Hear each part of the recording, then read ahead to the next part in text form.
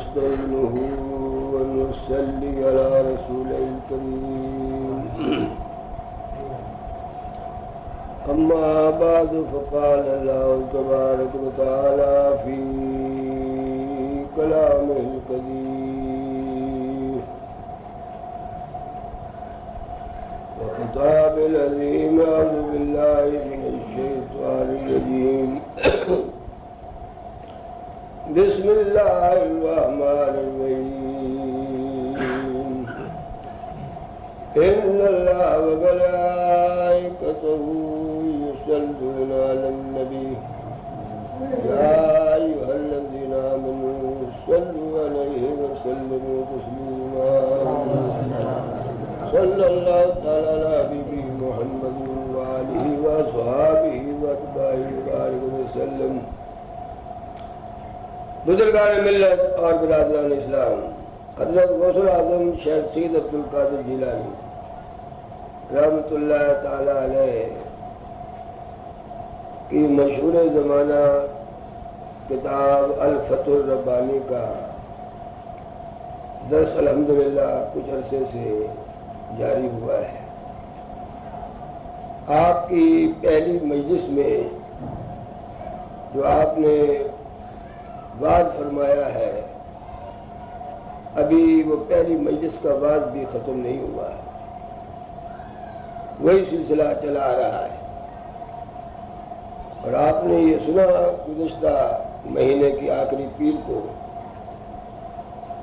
کہ جب اللہ تعالیٰ نے چاہا مخلوق کو بشارت و تحدید کی تبلیغ ہو تاکہ ان پر حجت قائم ہو سکے تو انبیاء اور مرسلین کو گویائی عطا فرمائی. کہ جب ان کو اپنے پاس بلا لیا تو علماء کو جو ان کے علم پر عامل تھے کھڑا کر دیا.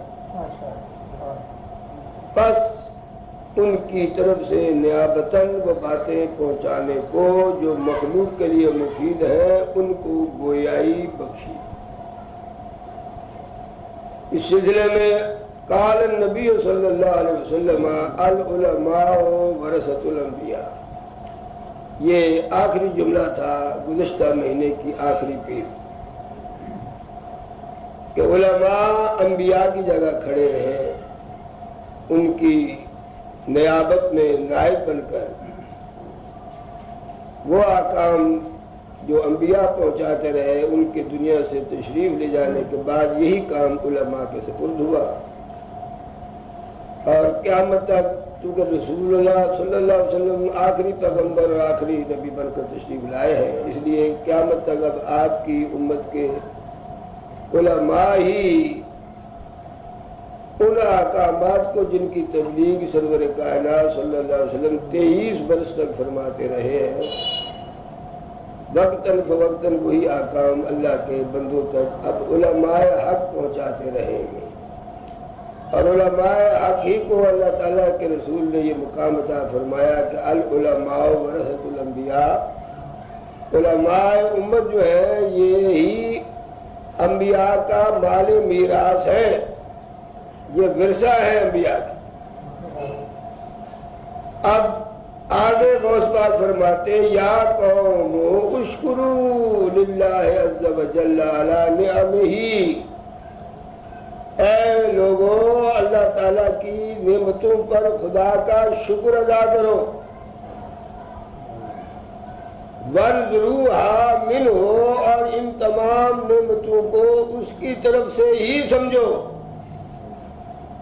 کوئی نعمت اس کے سوا کوئی نہیں دے سکتا ہے. اور شکر کرنے کی فضیلت میں بے شمار حدیثیں ہیں، قرآن پاک کی آیتیں ہیں کہ شکر کرنے سے کتنا بڑا نفع اور فائدہ پہنچتا ہے. اللہ تعالیٰ نے بھی ہمیں حکم دیا ہے قرآن عظیم کے اندر، اے مسلمانوں، اے لوگوں، اے ایمان والوں، اللہ کا شکر ادا کرو.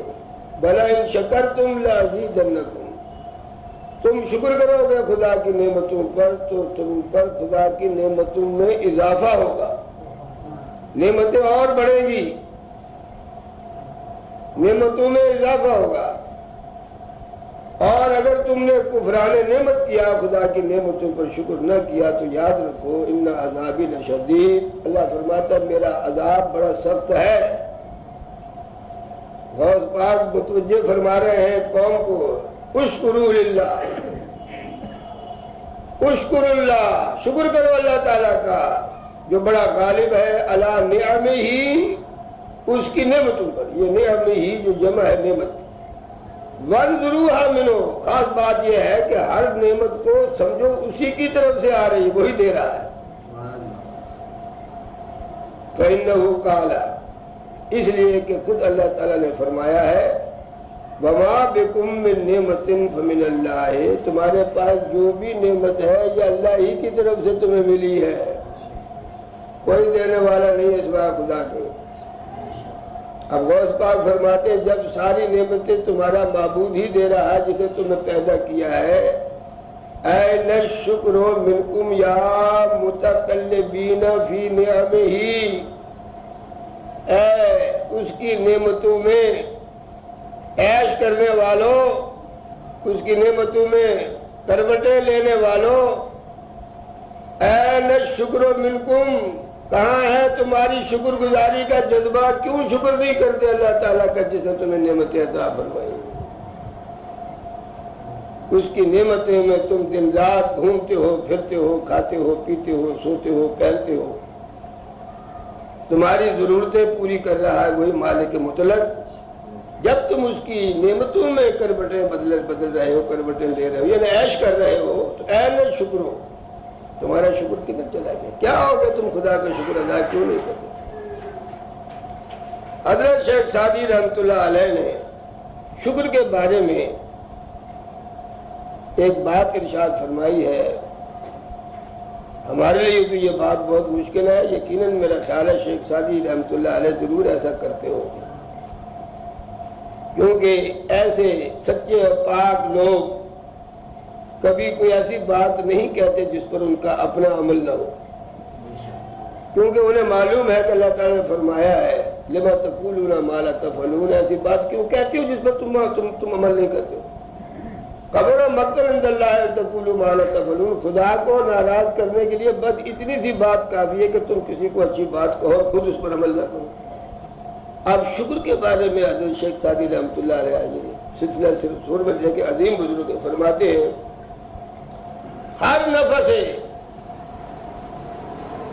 کہ فرو میں رود ممد حیات است، وچوں بھر میں آئے مفرح ذات، ہر سانس جو اندر کی طرف ہم لیتے ہیں یہ ہماری زندگی کا مددگار ہے، اور جب یہ سانس ہم باہر کی طرف لیتے ہیں تو یہ ہم کو فرحت بخشتا ہے۔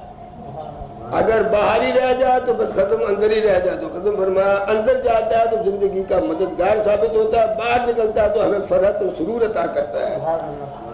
بس بر ہر نعمت شکر واجب است، فرمایا اندر جانا سانس کا یہ بھی خدا کی نعمت ہے، باہر آنا یہ بھی نعمت ہے، ہر نعمت پر اس کا شکر کرنا واجب ہے۔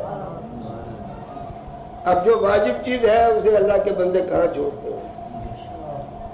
اللہ کے بندوں کا شمار تو سابقون الاولون میں ہے، فاستبقوا الخیرات میں ہے، کہ وہ سابقین کی تعریف ہی یہی ہے کہ وہ فرائض باقاعدگی سے ادا کرتے ہیں، واجبات کو ادا کرتے ہیں، سنت مؤکدہ کو ادا کرتے ہیں، غیر مؤکدہ کو ادا کرتے ہیں، یہاں تک کہ اگر کوئی کام نہ سنت ہے، نہ فرض ہے، نہ مؤکدہ ہے، نہ غیر مؤکدہ ہے، مستحب ہے، بس مستحب ہے، کر لیا تو ثواب ہو گیا، نہ کیا تو کوئی گرفت نہیں ہے۔ یہ سابقون بالخیرات، نیکیوں میں آگے بڑھنے والے لوگ یہ مستحب فعل کو بھی نہیں چھوڑتے، کوئی چھوٹی سی نیکی بھی ہو اسے کر گزرتے ہیں۔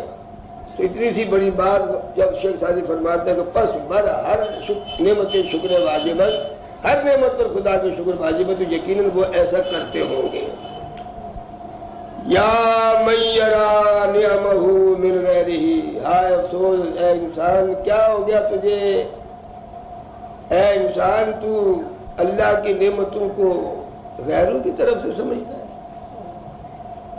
یا من یرا نعمہ من غیرہ، تو اللہ کی نعمتوں کو غیر کی طرف سے سمجھتا ہے کہ مجھے اس نے دیا ہے، اس نے دیا، اس نے دیا۔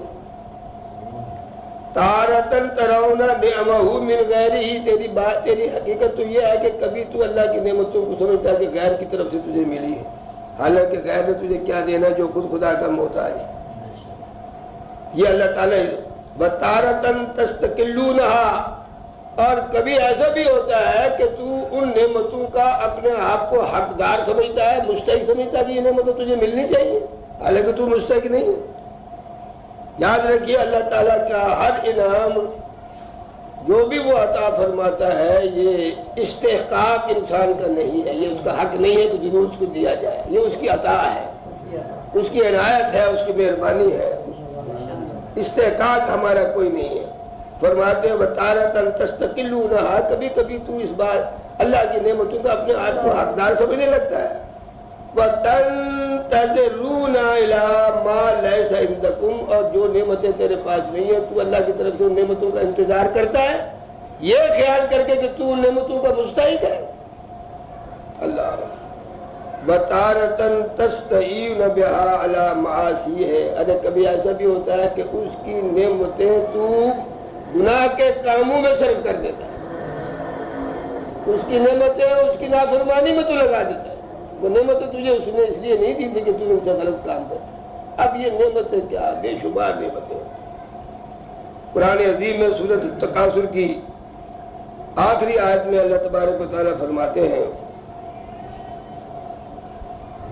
ثم لتسألن يومئذ عن النعيم، ثم لتسألن يومئذ عن النعيم، قیامت کے دن اللہ تعالیٰ تم سے ہر نعمت کے بارے میں پوچھے گا، ہر نعمت کے بارے میں پوچھے گا۔ اس سلسلے میں امام مسلم رحمۃ اللہ تعالیٰ علیہ کی ایک حدیث سماعت فرمائے، یہ مسئلہ کس طرح حل ہو جائے گا فوراً۔ امام بخاری اور امام مسلم کے حوالے سے ایک حدیث ہے جو غالباً حضرت ابو ہریرہ رضی اللہ تعالیٰ راوی ہے کہ ایک دفعہ ایسا ہوا، انتہائی گرمی کے دنوں میں رسول کریم صلی اللہ علیہ وسلم اپنی دولت سرا سے باہر نکلے، سامنے دیکھا حضرت ابو بکر بھی ہے، حضرت عمر بھی ہے۔ رسول پاک صلی اللہ علیہ وسلم نے پوچھا اے ابو بکر و عمر، اس شدت کی گرمی میں باہر نکلنے کی کیا وجہ ہے؟ حالانکہ حضور بھی باہر آئے، حضور کو تو معلوم ہو گیا تھا کہ یہ کیوں آئے، ورنہ حضور نہیں آتے، میرا ایمان ہے حضور کو معلوم ہو گیا یہ ہے۔ تو آپ نے پوچھا بھائی اس گرمی کی شدت میں اس وقت باہر آنے کی کیا ضرورت ہے؟ تو عرض کیا یا رسول اللہ بڑی بھوک لگی ہے، کوئی انتظام نہیں۔ اللہ کیسے مسلمان تھے، کیسے سچے ایماندار تھے، کیا ان کے ایمان کی طاقتیں تھی، یہ بھوک نے ہمیں گھر سے نکالا۔ فرمایا اچھا چلو آپ ایک انصاری کے گھر آپ تشریف لے گئے، وہ گھر پہ نہیں تھے، بیوی نے دیکھا کہ سرور کائنات تشریف لائے، ابو بکر تشریف لائے، عمر تشریف لائے، تو بے حد خوشی ہوئی، اس سے زیادہ اور کیا خوشی ہو سکتی ہے۔ دروازہ کھولا، بڑے احترام و ادب سے بٹھایا، حضور نے فرمایا تمہارے شوہر کہاں گئے؟ عرض کہ حضور باغ میں گئے ہیں، ان کا باغ تھا کھجوروں کا، پانی ٹھنڈا لے لے ہمارا، ابھی آتے ہیں، بس اتنے میں آ گئے۔ اس انصاری نے جب اپنے گھر میں حضور کو دیکھا، ابو بکر صدیق کو دیکھا، عمر فاروق کو دیکھا، تو کہنے لگے آج تمام روئے زمین پر مجھ سے بڑھ کر کوئی صاحب عزت نہیں ہے کہ جس کے گھر میں ایسے عزت والے مہمان آ گئے ہیں کہ جن کی مثال ہی کوئی نہیں ہے۔ آج ساری زمین پر مجھ سے بڑھ کر کوئی خوش قسمت انسان نہیں ہے کہ جس کے گھر میں ایسے معزز مہمان آ گئے ہو جن کی مثال ہی دنیا میں نہیں ہے۔ حضور اکرم صلی اللہ علیہ وسلم تشریف فرما دے، جلدی جلدی باغ میں گئے، تازہ تازہ کھجوروں کے ٹہنیاں توڑ کے لے آئے۔ حدیث میں آتا ہے کچھ کھجوریں پکی تھی، ساتھ کچھ کھجوریں کچی بھی تھی، ساتھ ساتھ آدھی کچی آدھی پکی، ایسی کھجور کا بڑا ہی لطف آتا ہے۔ اللہ تعالیٰ کبھی آپ کو توفیق دے، موقع دے، مکہ معظمہ جائیے، ایسی کھجور کھائیے، اس کا ذائقہ ہی الگ ہے۔ ٹھنڈا پانی لے آئے، اور اس کے بعد انصاری نے چاہا کہ کسی بکری کو ذبح کرے تاکہ آپ کے لیے فوراً گوشت وغیرہ کا انتظام بھی کیا جائے، تو آپ نے زور سے فرمایا کہ یاد رکھنا کسی دودھ والی بکری کو ذبح مت کرنا۔ تو چنانچہ اس نے کوئی ایسی بکری تھوڑی سی ذبح کر لی جس کا دودھ نہیں تھا، گوشت وہ تیار ہوا، کھایا۔ اس کے بعد حضور اکرم صلی اللہ علیہ وسلم نے فرمایا اے ابو بکر و عمر سن لو، غور کر لو، یہ جو نعمتیں خدا نے ہمیں کھلائی ہیں ان کا بھی ہمیں قیامت میں حساب دینا ہوگا۔ یہ الفاظ ثم لتسألن یومئذ عن النعیم، قیامت کے دن ان نعمتوں کا بھی حساب دینا ہوگا۔ تو غوث پاک کی نصیحتیں آب زر سے لکھنے کے قابل ہیں۔ میں کہتا ہوں کس طرح انہوں نے کوشش کی ہے ہمیں راہ راست پر لانے کی، اور ہم آ ہی نہیں رہے۔ فرمایا تارتن تستعین بہا علی معاصی ہے، کبھی کبھی ایسا بھی ہوتا ہے کہ تو اللہ کی نعمتوں کو گناہ گاری کے کاموں پر صرف کر دیتا ہے۔ کیا تجھے اللہ نے نعمتیں اسی لیے دی تھی؟ یا غلامو، اے صاحبزادے، اے بیٹے، تاجو فی خلوت کا الہ ورین، تنہائیوں میں بھی تجھے تقوی اور پرہیزگاری کی ضرورت ہے۔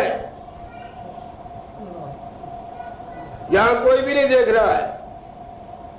تاجو فی خلوت کا الہ ورین، خلوتوں میں بھی تجھے تقوی اور پرہیزگاری کی ضرورت ہے۔ یخرجک عن المعاصی والذلات، تاکہ یہ پرہیزگاری تجھے گناہ گاری سے اور فوش باتوں سے اور لغزشوں سے تجھے باہر نکال دے، تنہائی میں بھی تجھ سے کوئی غلطی نہ ہو جائے۔ لہذا تو محتاج ہے اس بات کا کہ تو تنہائی کے اندر بھی پرہیزگار رہے، وہاں بھی تجھے پرہیزگاری اور تقویٰ کی ضرورت ہے تاکہ وہ تجھے گناہوں سے نکال دے اور لغزشوں سے نکال دے۔ وَالْمُرَاقَبَةٍ تُذَكِّرُكَ نَظَرَ الْحَقِّ عَزَّ وَجَلَّ إِلَيْكَ، تنہائی میں بھی تجھ کو ایسے مراقبے کی ضرورت ہے جو تجھے یہ تنہائی میں بھی یاد دلاتا رہے کہ تجھ پر اللہ کا کرم ہے ورنہ تو کچھ بھی نہیں ہے۔ اللہ کی نگاہ کرم جو تجھ پر ہے، جو تجھے وہ دے رہا ہے باوجود اس کے کہ تو اس کا فرمانبردار بھی نہیں ہے مکمل طور پر، تجھے ایسے مراقبے کی ضرورت ہے کہ جو تنہائی میں بھی تجھے اس بات کی طرف متوجہ رکھے کہ اللہ کی نگاہ کرم تجھ پر ہے۔ انت محتاج مضطر الی ان یکون ھذا معک فی خلوتک، یہ تقوی اور پرہیزگاری تو اس بات کا محتاج ہے کہ ہر حال میں تیری خلوت کے اندر بھی تیرے ساتھ ساتھ ہے، یہ تیرے ساتھ ساتھ ہے۔ ثم تحتاج الی محاربۃ النفس والہویٰ، پھر تو اس بات کا محتاج ہے کہ تو جنگ کرے نفس کے ساتھ اور خواہشات کے ساتھ۔ تیری جنگ ہونی چاہیے تیرے نفس کے ساتھ اور تیری خواہشات کے ساتھ، والشیطان اور شیطان کے ساتھ۔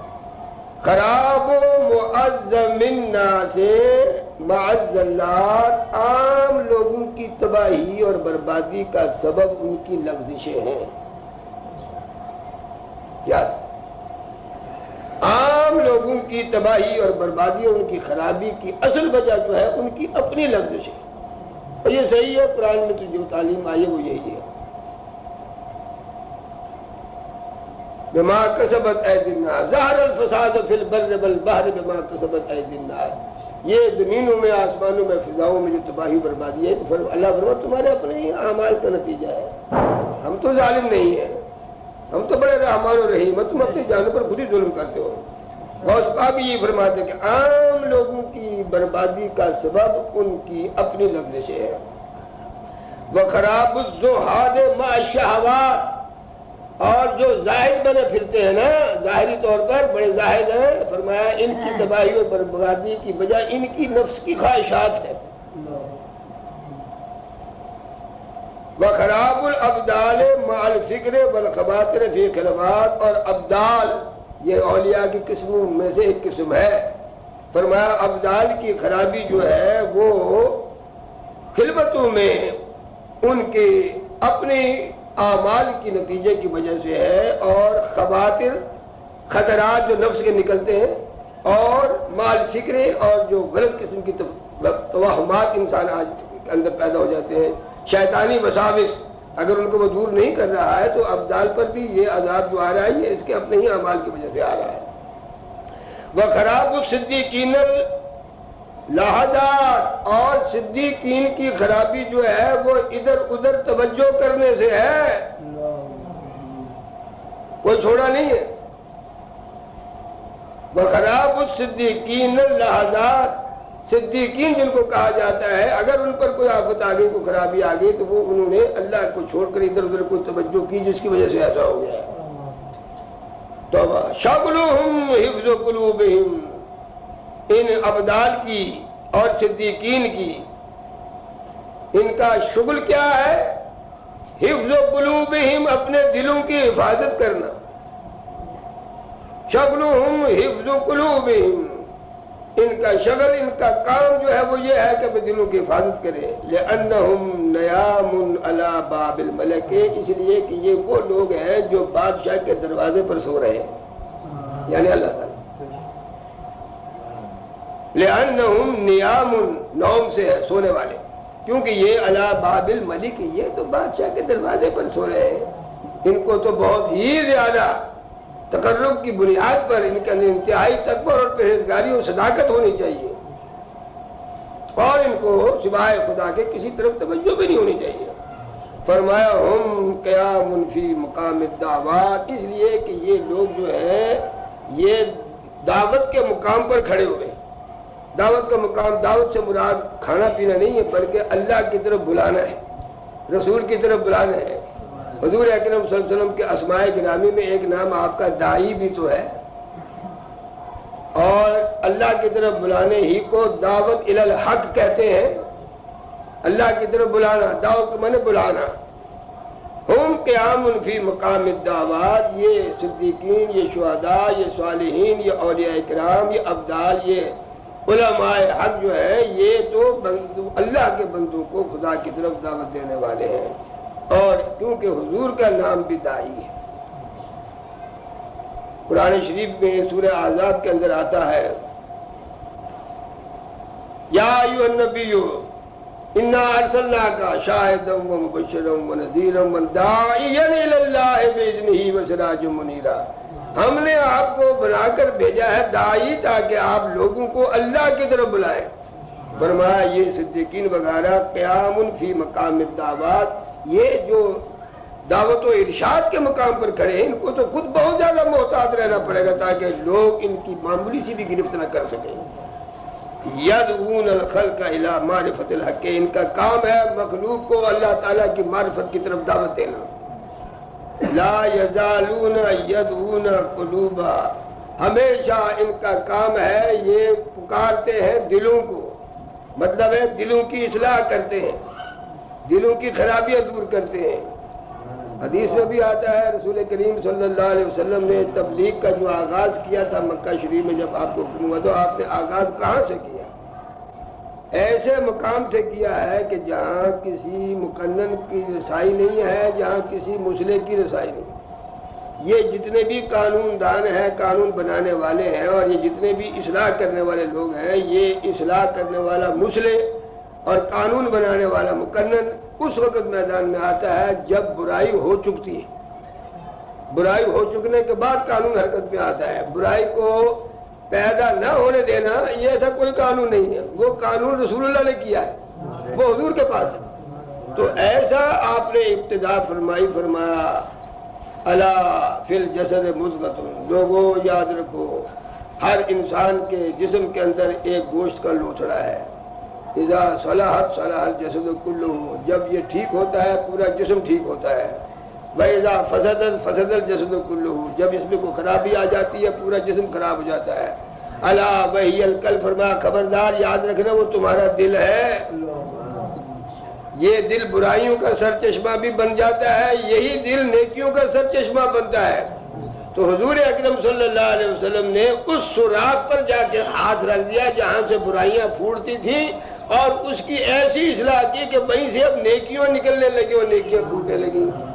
فرمایا یہی کام ان علماء کا ہے، یدعون القلوب، یہ ہمیشہ دل کو پکارتے ہیں۔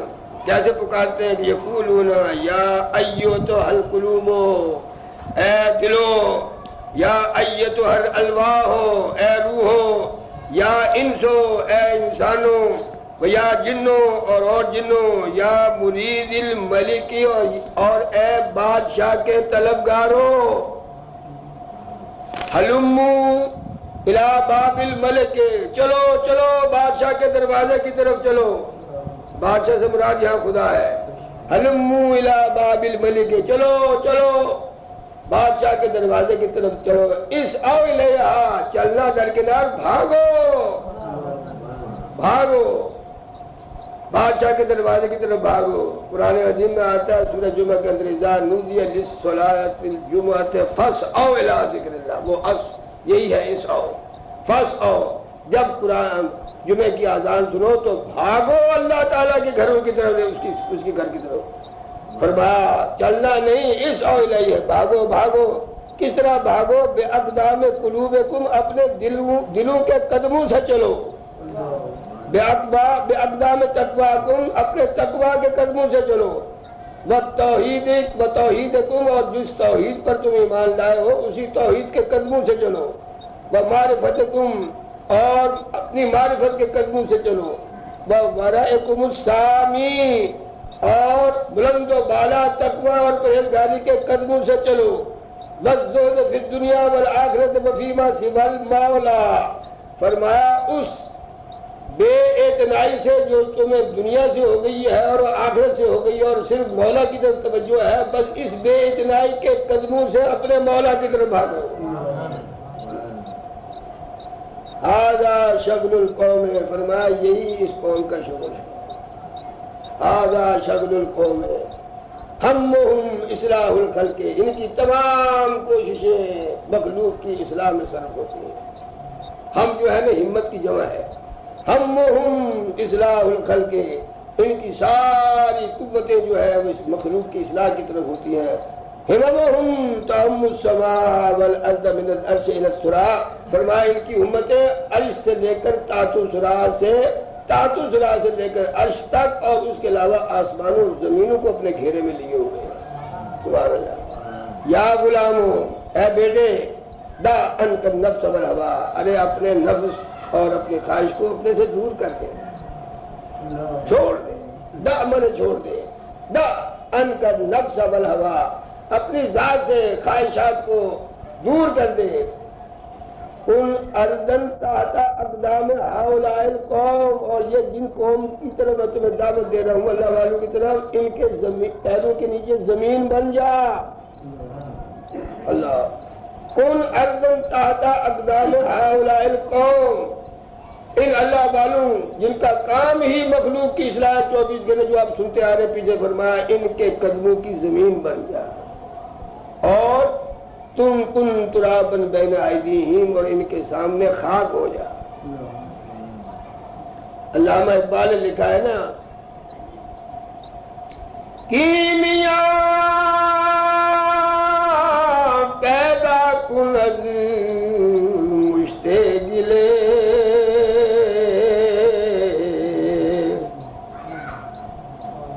کیمیا پیدا کند مشتے گلے، وہ سزن بل آستان کاملے. فرمایا تیرے ہاتھ میں مٹی سونا بن جائے گی، کسی اللہ والے کی چوکھٹ جا کے چوم لے، کسی اللہ والے کی چوکھٹ پر جا کے بوسا دے. ارے غوث پاک فرماتے ان کے قدموں کے نیچے زمین بن جائے، ان کے سامنے خاک ہو جا. اللہ الحق عز و جل یخرج الحی من المیت، اگر تو ایسا کرے گا تو تجھے ایک نئی زندگی نصیب ہو جائے گی. غوث پاک فرماتے کیا تو نہیں جانتا الحق عز و جل یخرج الحی من المیت، اللہ ایسا حی القیوم ہے کہ وہ زندہ سے مردہ کو نکالتا ہے، مردہ کو زندہ سے نکالتا ہے. ایسی قوت خدا کے پاس ہے، اور یہ لوگ اللہ تعالیٰ کی صفات کا مظہر ہے اور آئینہ ہے. اخرج ابراہیم علیہ السلام من ابویہ الموتى بالکفر، کیا تجھے معلوم نہیں اللہ تعالیٰ نے ابراہیم علیہ السلام کو ایسے ماں باپ کے ذریعے سے پیدا کیا جو مردہ تھے. اب یہ عجیب بات ہے، سننے والی بات ہے. نکالا اللہ تعالیٰ نے ابراہیم کو ان کے مردہ ماں باپوں سے. وہ مردہ کیسے نے؟ فرمایا بالکفر، کفر کی وجہ سے مردہ تھا. ویسے انسان ہے لیکن جس کافر جو ہے مردہ ہے، اور اس کی تشریح خود فرماتے غوث پاک فرماتے المومن حی، مومن زندہ ہے، بل کافر میت، کافر مردار ہے. وہ ایمان کی وجہ سے زندہ ہے، یہ کفر کی وجہ سے مردہ ہے. زندہ دونوں ہی ہیں، لیکن زندگی اصل جو ہے وہ مومن کو حاصل ہے، کافر تو بالکل مردہ ہے. الموحد حی، فرمایا اللہ تعالیٰ کی توحید پر ایمان رکھنے والا یہ زندہ ہے. والمشرک میتون، اور شرک کرنے والا مردہ ہے. زندہ دونوں ہیں، لیکن توحید جس کے اندر ہے وہ زندگی اصل ہے. اور یہ بت پرست جو ہے یہ زندہ ہے، لیکن یہ تو میت ہے. ولہذا قال اللہ عز وجل، اور یہی وجہ ہے کہ اللہ تعالیٰ نے فرمایا ہے فی بعض کلام ہی، اپنے بعض کلام میں. یہ قرآن نہیں ہے، لیکن غوث پاک فرماتے ہیں فلہذا قال اللہ عز وجل فی بعض کلام ہی، کہ اللہ تعالیٰ نے اپنے بعض کلام میں فرمایا ہے. کیا فرمایا؟ اول من مات من خلقی ابلیس ہو. اللہ فرماتا ہے میری مخلوق میں سب سے پہلے جسے موت آئی وہ شیطان ہے. حالانکہ وہ بھی زندہ ہے، اس کو تو قیامت تک زندہ رہنے کے لیے اجازت ہو چکی ہے. الی یوم یبعثون. اللہ اکبر. فرمایا اللہ تعالیٰ فرماتے ہیں من مات من خلقی ابلیس ہو، سب سے پہلے میری مخلوق میں جس کو موت آئی مرا ہے وہ ابلیس ہے. کیسے مر گیا؟ یعنی اسانی فمات بالمعصیت، اس نے میرے حکم کی نافرمانی کی اور گناہ گار ہو گیا. اس گناہ گاری کی وجہ سے یہ مردار ہے.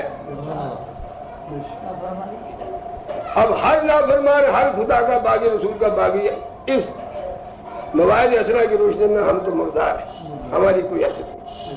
کس طرح بیدار کرتے ہیں اللہ تعالیٰ کے بندے. فرماتے ہیں ان کا کام ہی یہی ہے مخلوق کی اصلاح. فرمایا فماتا، میری مخلوق میں سب سے پہلے موت شیطان کو آئی، اور وہ شیطان کو موت کیا تھی؟ اس نے میرے حکم کی نافرمانی کی، اور اس گناہ گاری کی وجہ سے وہ مردار ہے. چاہے اس کو قیامت تک ہم نے زندہ رکھا ہوا ہے، لیکن ہے اصل میں مردار. ھذا آخر زمانے، حضور غوث پاک فرماتے یہ آخری زمانہ ہے. صدیوں پہلے بات کر رہے ہیں، کئی 100 سال ہو گیا غوث پاک کو اس زمانے کی بات کر رہے ہیں، اور اس سے 100 سال گزرنے کے بعد آج زمانے کی کیا حالت ہے. اپنے زمانے کے لیے فرماتے ہیں ھذا آخر زمانے، یہ زمانے کا آخری حصہ ہے. قد ظہر سوق النفاق سوق الکذب. فرمایا یاد رکھو فسق و فجور اور جھوٹ کا بازار گرم ہے. صدیوں پہلے اپنے زمانے کے بارے فرمایا نفاق، منافقت کا اور جھوٹ کا بازار گرم ہو گیا ہے. لا تقعدوا مع منافقین الکاذبین الدجالین. فرمایا یاد رکھو منافقوں کے ساتھ، جھوٹوں کے ساتھ، کافروں کے ساتھ کبھی مت بیٹھو. اس سلسلے میں قرآن کی ایک آیت سنا کر میں تقریر ختم کرتا ہوں. اللہ تبارک و تعالیٰ نے ہمیں حکم دیا ہے، حضور غوث پاک کی بات پھر سن لیجیے. فرماتا ہے قد ظہر سوق النفاق سوق الکذب. فرمایا یہ آخری زمانہ ہے، زمانے کا آخری دور ہے. جھوٹ اور فسق و فجور اور نفاق پورے زوروں پر ہے، گرم بازاری ہے. پر یاد رکھو کبھی بھی منافقین کے ساتھ، جھوٹوں کے ساتھ، دجالین کے ساتھ مت بیٹھنا. اللہ تعالیٰ ہمیں حکم دیتا ہے 7ویں پارے میں سورہ انعام کے اندر آیت نمبر 68 ہے. ارشاد باری تعالیٰ ہے وَإِذَا رَأَيْتَ الَّذِينَ يَخُوضُونَ فِي آيَاتِنَا فَأَعْرِضْ عَنْهُمْ حَتَّى يَخُوضُوا فِي حَدِيثٍ غَيْرِهِ. فرمایا اے لوگوں، اے مسلمانوں، یاد رکھو اِذَا رَأَيْتَ الَّذِينَ يَخُوضُونَ فِي آيَاتِنَا، جب تم ایسے لوگوں کو دیکھو جو ہماری آیتوں میں مین میخ نکالتے ہیں، یہ ترجمے غلط کرتے ہیں، مفہوم غلط بتاتے ہیں، معنی غلط کرتے ہیں، بات پوچھا بتاتی کچھ، لوگوں کو گمراہ کر دیا. فرمایا جب ایسے لوگوں کو دیکھو جو ہماری آیات کو ادھر ادھر کر رہے ہوں، بس فَأَعْرِضْ عَنْهُمْ، ان سے الگ ہو جاؤ. حَتَّى يَخُوضُوا فِي حَدِيثٍ غَيْرِهِ، اس وقت تک الگ رہو جب تک یہ کوئی دوسری بات شروع نہ کرے اور یہ جو گرا ہماری آیتوں پر کر رہے ہیں یہ ختم ہو جائے، کوئی اور بات کرنے لگے پھر جا کر بیٹھ جائے. پھر آخری بات وَإِمَّا يُنْسِيَنَّكَ الشَّيْطَانُ، اگر شیطان تمہیں بھلا ہی دے یہ بات اور تم جا کر بیٹھ ہی جاؤ ان میں، تمہیں یاد رہو فَلَا تَقْعُدُوا بَعْدَ الذِّكْرَىٰ مَعَ الْقَوْمِ الظَّالِمِينَ. یاد رکھو بیٹھے بیٹھے جب بھی یاد آ جائے کہ ایسے لوگوں کے ساتھ نہیں بیٹھنا ہے، فوراً اٹھ جاؤ ان کی صحبت سے. فَلَا تَقْعُدُوا بَعْدَ الذِّكْرِ، یاد آنے کے بعد ظالموں کے ساتھ کبھی نہ بیٹھو. اب بتا دیجئے کہ آج کل لوگوں کی صحبت کن لوگوں کے ساتھ ہے، وہ صحبت ہمیں کس حد تک اللہ سے دور کر رہی ہے، خدا سے دور کر رہی ہے، آخرت سے دور کر رہی ہے. فرماتے ہیں وَيْحَكَ، اے مخاطب تجھ پر افسوس ہے. نفسوں کا منافقت، تیرا نفس جو ہے وہ منافق ہے، یعنی تیرے نفس میں یکسانیت نہیں ہے، ظاہر کچھ ہے باطن کچھ ہے۔ منافق کی تعریف ہی یہی ہے کہ دل میں کچھ ہوتا ہے، زبان پر کچھ ہوتا ہے۔ وَيَحْكَى نَفْسُكَ مُنَافِقَةٌ، تیری خرابی ہو یا تیرے لیے افسوس کی بات ہے کہ تیرا نفس جو ہے منافق ہے، کاذبۃ جھوٹا ہے، کافرۃ کافر ہے یعنی انکاری ہے حقائق سے، فاجرۃ بدکار ہے، مشرکۃ مشرک ہے، خدا کے ساتھ شریک کرتا ہے دوسروں کو۔ کیف تقعد معها، اے مخاطب تو ایسی خرابیاں رکھنے والے نفس کے ساتھ کیسے گزارا کرتا ہے؟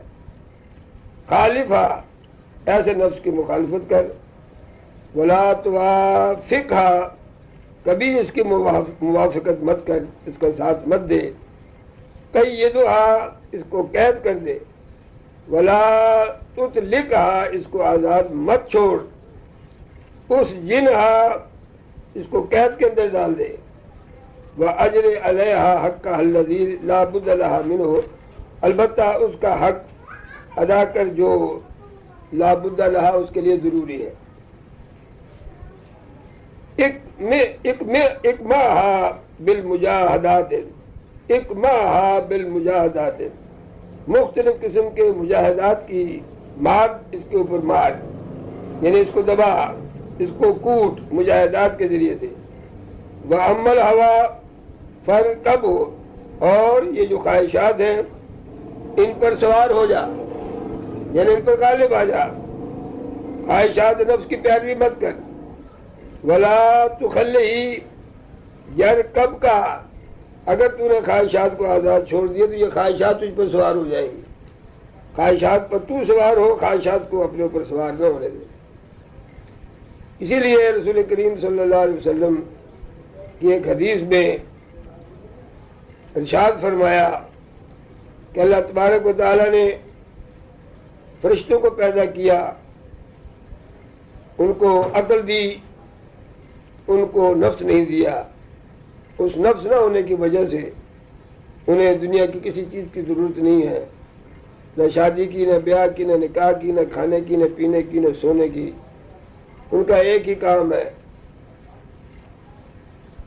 لا یعصون اللہ، وہ اللہ تعالیٰ کی نافرمانی نہیں کرتے، جو اللہ تعالیٰ کا حکم ہوتا ہے وہ حکم بجا لاتے ہیں، نافرمانی کے سوال ہی پیدا نہیں ہوتے، اس لیے کہ ان کے ساتھ نافرمانی والی چیز ہی کوئی نہیں ہے۔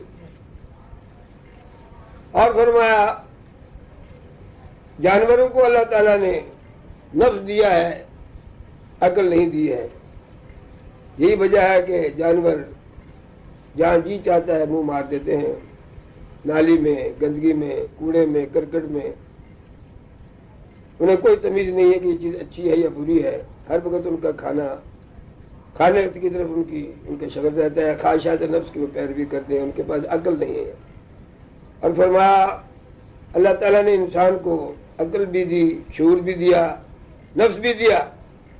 اب اگر یہ انسان نفس کو اپنے اوپر سوار کر لیتا ہے اور خواہشات نفس کی پیروی کرتا ہے تو یہ جانوروں سے بدتر ہے، اور اگر یہ عقل کو اپنے اوپر سوار کر لیتا ہے تو یہ مرتبے میں فرشتوں سے بڑھ جاتا ہے۔ اسی لیے غوث پاک بھی فرماتے ہیں کہ اپنے نفس کو مجاہدات کے ذریعے سے کوٹ، یعنی اس کو سزا دے، اور اپنی خواہشات پر تو سوار ہو جا، اس نفس کی خواہشات کو آزاد مت چھوڑ، ورنہ یہ تجھ پر سوار ہو جائے گی۔ وَاتَّبَعْ فَلَا تَصْحَبْهُ، اور یاد رکھ طبیعت میں جو طرح طرح کی امنگیں پیدا ہوتی ہیں ان کا ساتھ مت دے، طبیعت کی خواہشات کا ساتھ مت دے۔ وَاتَّبَعْ فَلَا تَصْحَبْهُ، مصاحبت اس کی اختیار نہ کر، کیوں؟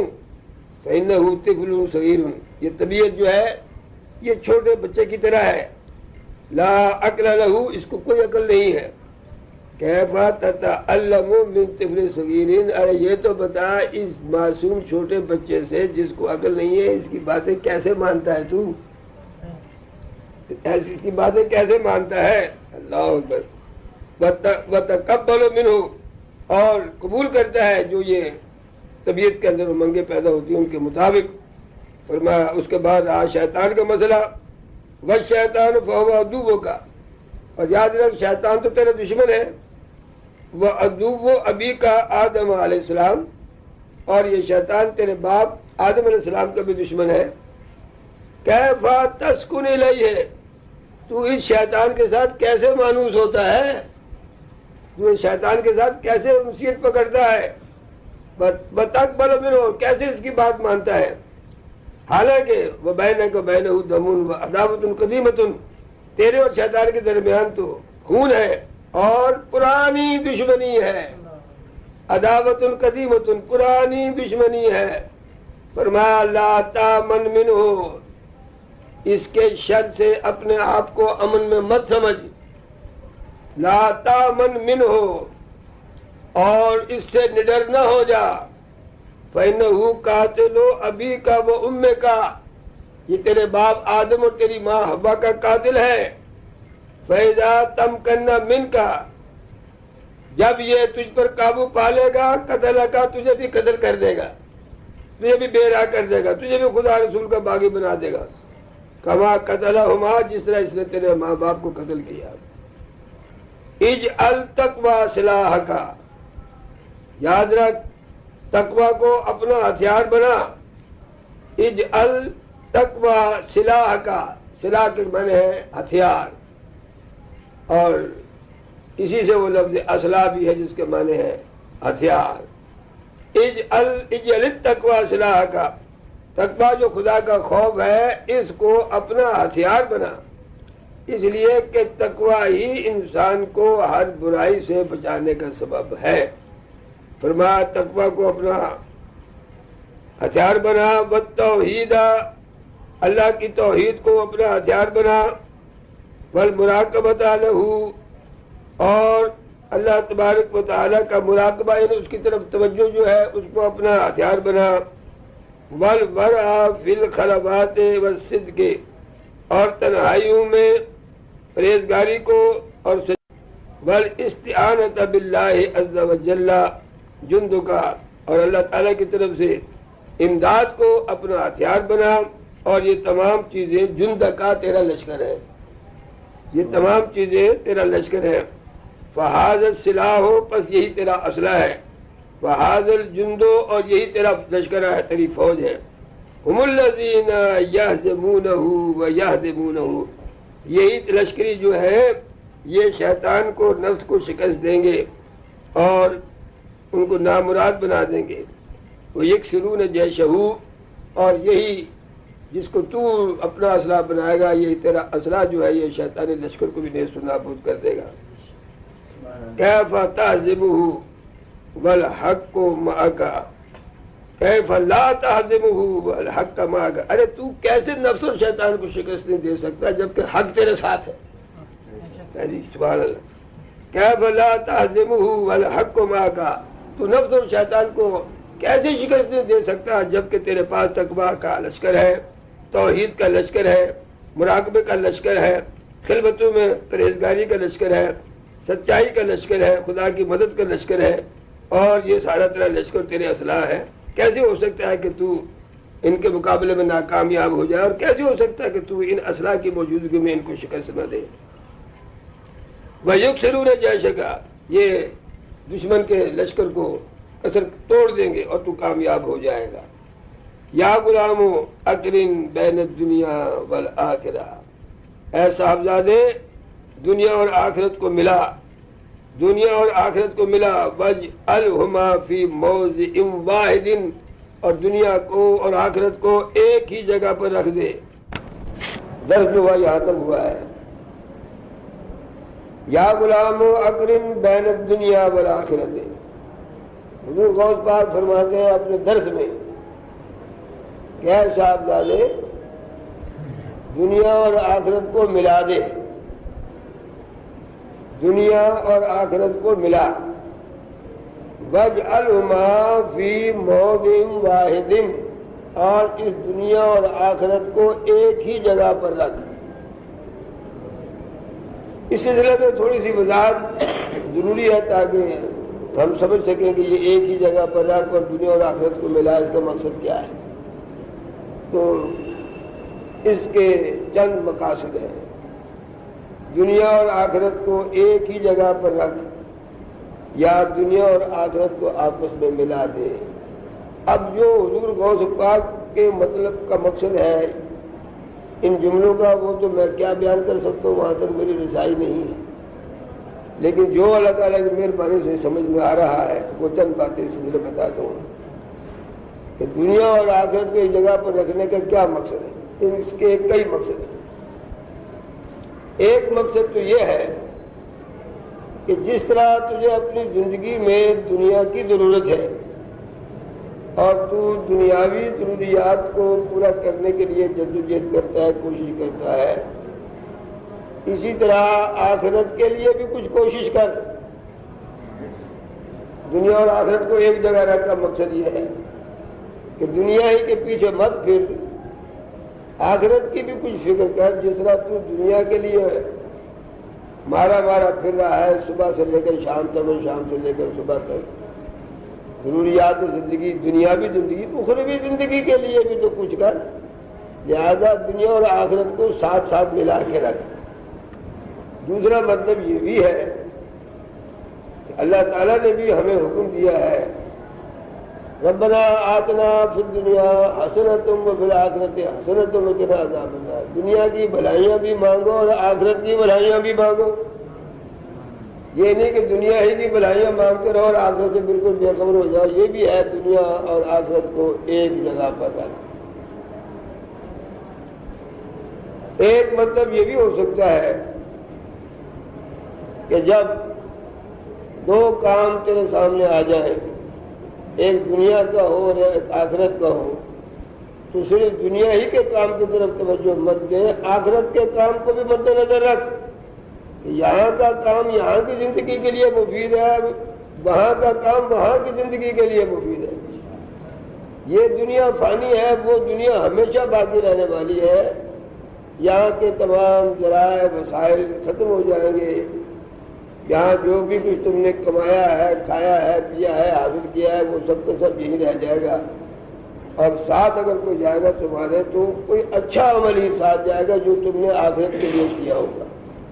اس لیے آپ نصیحت فرماتے ہیں کہ اے صاحبزادے یا غلاموں، غلام سے مراد غلام نہیں ہے، غلام سے مراد ہے صاحبزادے، اے بیٹے دنیا اور آخرت کو ملا کے رکھ اور ان دونوں کو ایک ہی جگہ پر رکھ۔ ایک مطلب یہ بھی ہے کہ نہ دنیا کی فکر کر نہ آخرت کی فکر کر، نہ دنیا کے لیے مارا پھر نہ آخرت کے لیے کوئی غم کر، ایک ہی جگہ پر رکھ کر۔ پھر کیا کر؟ فرمایا وَانْفِرَدْ بِمَوْلَاكَ عَزَّ وَجَلَّ عُرْيَانًا مِنْ حَيْثُ قَلْبِكَ بِاللَّهِ الدُّنْيَا وَالْآخِرَةِ۔ فرمایا دنیا اور آخرت کی ساری خواہشات نکال کر صرف اس کی طرف رجوع کر لیں، اس کی طرف رجوع کر، نہ دنیا کی فکر کر نہ آخرت کی فکر کر۔ بات صحیح ہے، جب اس کی طرف ہی رجوع ہو جائے گا تو سارے کام خود بخود ہی ہو جائیں گے، سارے کام خود بخود ہو جائیں گے۔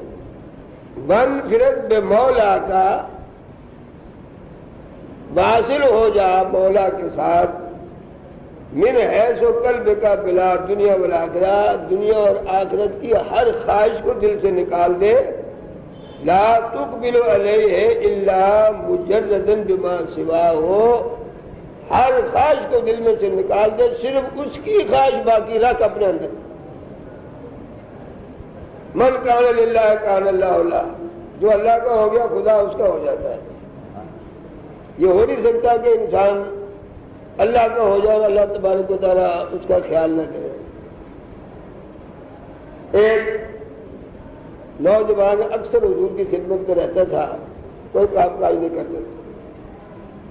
اس کا بھائی جو تھا وہ گھر کا کفیل تھا، اس نے ایک دفعہ حضور سے شکایت کی، یا رسول اللہ یہ یہی بڑا رہتا ہے، کچھ کام نہیں کرتا ہے، ساری ذمہ داریاں مجھے۔ فرمایا، حضور نے فرمایا اس کے طفیل سے سارا کچھ مل رہا ہے، اس کے طفیل سے جو اس کا ہو جائے گا پھر سب کچھ مل جاتا ہے، دنیا کی ضرورتیں بھی پوری ہو جاتی ہیں، آخرت کی ضرورتیں بھی پوری ہو جاتی ہیں۔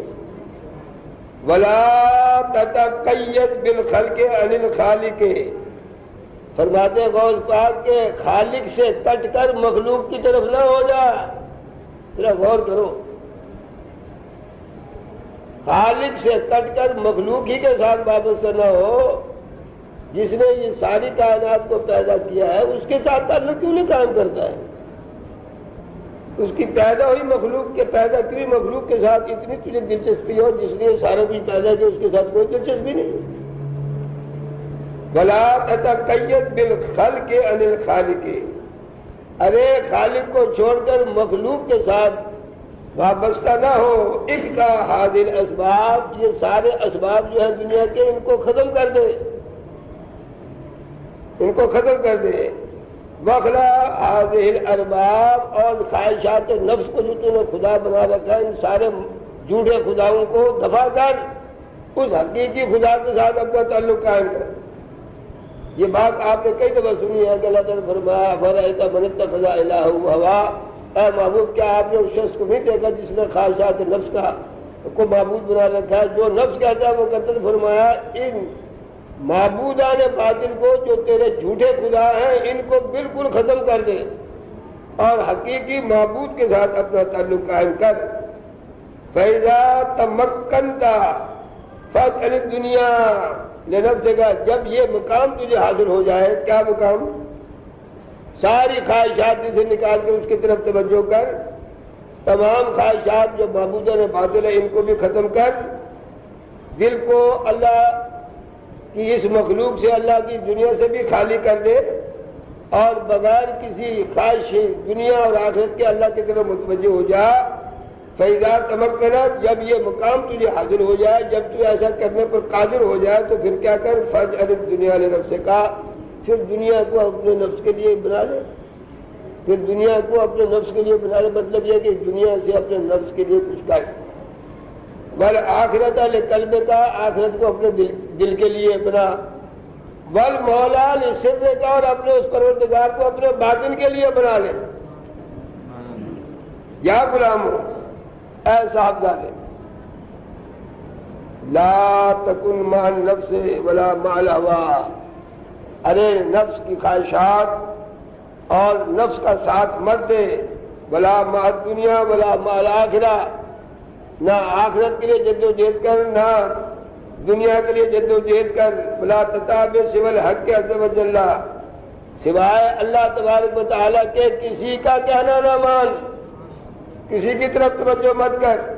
وقد وقعت بالکنز الذی لا یفنی ابدا، اگر تو ایسا کرے گا تو ایسا خزانہ ہاتھ میں آ جائے گا جو کبھی ختم نہیں ہوگا.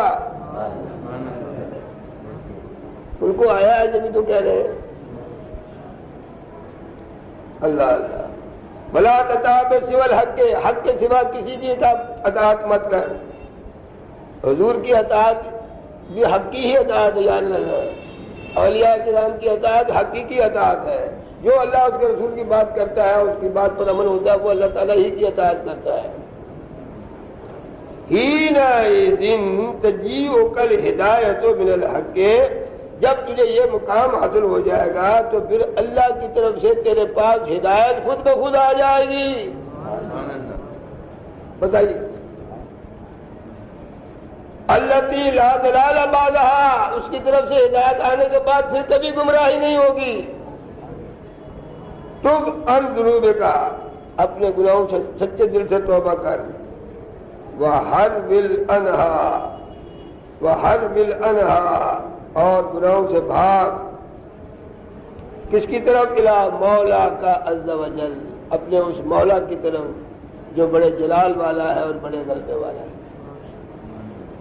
یہاں وہی بات حضرت رابعہ بصری رحمۃ اللہ علیہ کی جا رہی ہیں، بھاگی بھاگی جا رہی ہے، ایک ہاتھ میں آگ ہے، ایک ہاتھ میں پانی ہے. لوگوں نے کہا امی کہاں جا رہے ہو؟ آنے کو تجربہ تھی.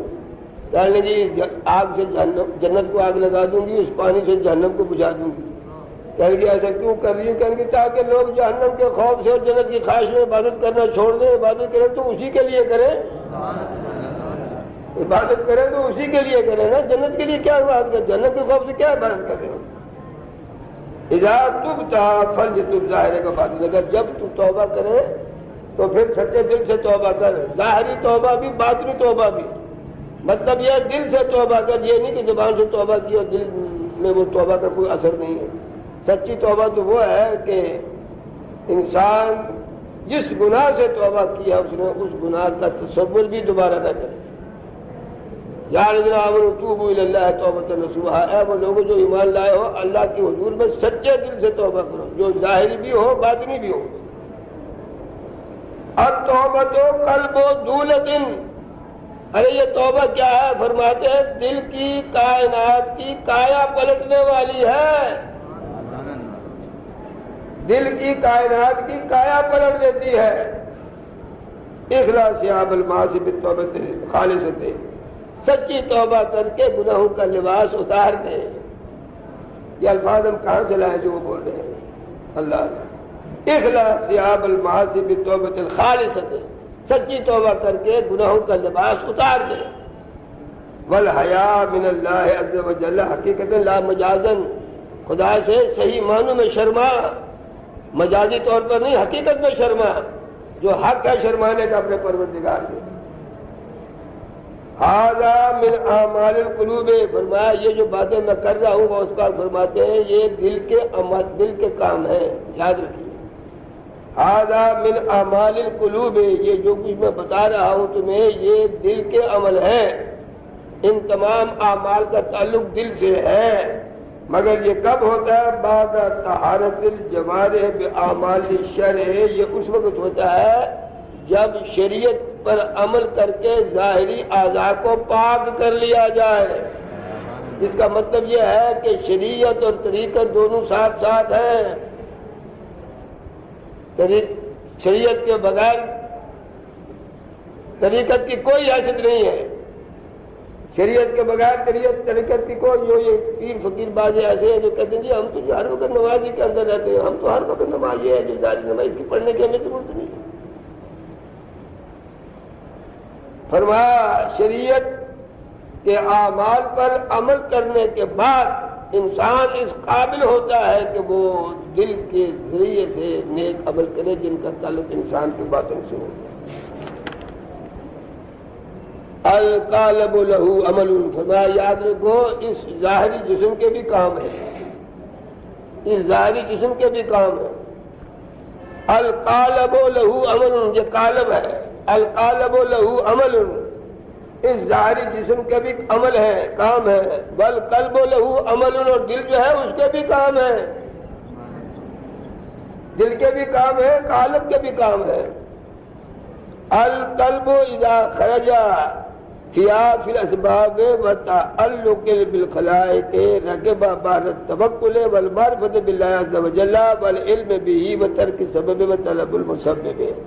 فرمایا دل جب دنیاوی تعلقات سے خالی ہو جاتا ہے، دل جب دنیاوی تعلقات سے خالی ہو جاتا ہے اور اللہ تبارک و تعالیٰ کی سچی طلب اس کے اندر پیدا ہو جاتی ہے، اسباب پیدا کرنے والے کے ساتھ اس کا تعلق جب ہوتا ہے تو اسباب کی اسے ضرورت نہیں رہتی، اسباب پیدا کرنے والے کے ساتھ جب اس کا تعلق ہو جاتا ہے، معاملہ ہو جاتا ہے، پھر اسے اسباب کی ضرورت نہیں رہتی۔ جب یہ مقام اسے حاصل ہوتا ہے پھر وہ اللہ تعالیٰ کی معرفت اور اللہ تبارک و تعالیٰ کے علم کے سمندر پر سوار ہو جاتا ہے۔ اللہ تبارک و تعالیٰ ہمیں حضور غوث پاک کی تعلیمات پر عمل کرنے کی توفیق عطا فرمائے اور ہمارے ظاہر و باطن کی اصلاح فرمائے اپنے نیک اور پاک بد بندوں کے طفیل سے۔ وصلی اللہ